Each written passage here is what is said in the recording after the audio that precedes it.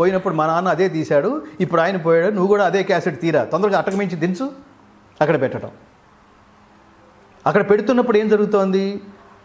వాళ్ళని ఆ కుటుంబాన్ని పరామర్శించడానికి వెళ్ళి శవానికి నమస్కారం చేసేవాళ్ళు అన్యాపదేశంగా రికార్డింగ్ క్యాసెట్ లాగా అది కూడా అక్కడ వింటున్నప్పుడు బలంగా మన మనసుల మీద ముద్ర పడిపోయి ఇంకెక్కడన్నా వినిపిస్తుంటే అది చావుకి సంకేతంగా అలా రిజిస్టర్ చేసేశారు.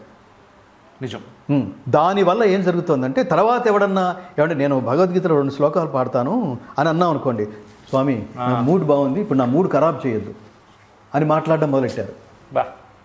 ఇవన్నీ నేను చర్చించి వాటికి ఆన్సర్స్ చెప్తూ, అది కాదు నాన్న, పాపం యుద్ధ రంగంలో అర్జునుడు మూడు పాడై యుద్ధం చేసే మూడుతో అక్కడికి వచ్చి వాళ్ళందరినీ చూసి వీళ్ళని చంపిన నెత్తుటి కూటితో రాజ్యాన్ని భోగించడం కంటే వీళ్ళని చంపకుండా నేను భిక్షం ఎత్తుకొని బతకడమైనా మేలనిపిస్తోంది కృష్ణ పరమాత్మ, నేను చంపను, ఐఎమ్ వెరీ సారీ, నా మూడంతా పాడైంది అన్నాడు.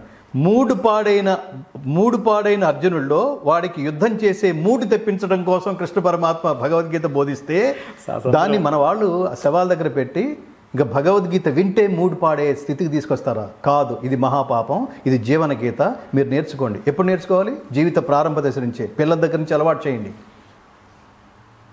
నేను ఇన్ జనరల్గా చెప్తున్నాను, ఇవాళ పిల్లలు మిత్రమా, ఇవాళ పిల్లలు దే ఆర్ సో స్ట్రాంగ్. మన జనరేషన్ కంటే వాళ్ళ ఇంటలెక్చువల్, వాళ్ళ ఐక్యూ లెవెల్స్ మనం ఊహించలేము, వాళ్ళతో మనం మాట్లాడలేము. ఇంటలెక్చువల్గా, వాళ్ళు ఫైనాన్షియల్గా, ఫిజికల్గా they are very strong, but mentally they are so week.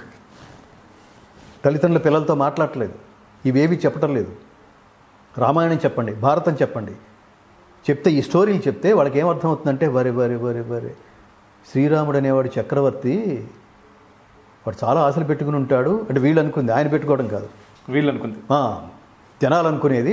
పాపం పిల్లలు వాడు చక్రవర్తి సింహాసనంలో కూర్చొని తెల్లారితే పట్టాభిషేకం, రాత్రి వాళ్ళ నాన్న గెటౌట్ అన్నాడు, వాళ్ళ కైకేయి గెటౌట్ అంది, ఆయన వెళ్ళిపోతూ కూడా నీకేం అనిపించట్లేదా అని అంటే ఆ మొహంలో ఎక్స్ప్రెషన్ కూడా లేదట శ్రీరాముడికి. రామాయణం చెప్తుంది, అడవులకు వెళ్ళిపో అంటే అంతే. అదేంటి నువ్వేం ఫీల్ అవ్వా అంటే, ఎందుకని?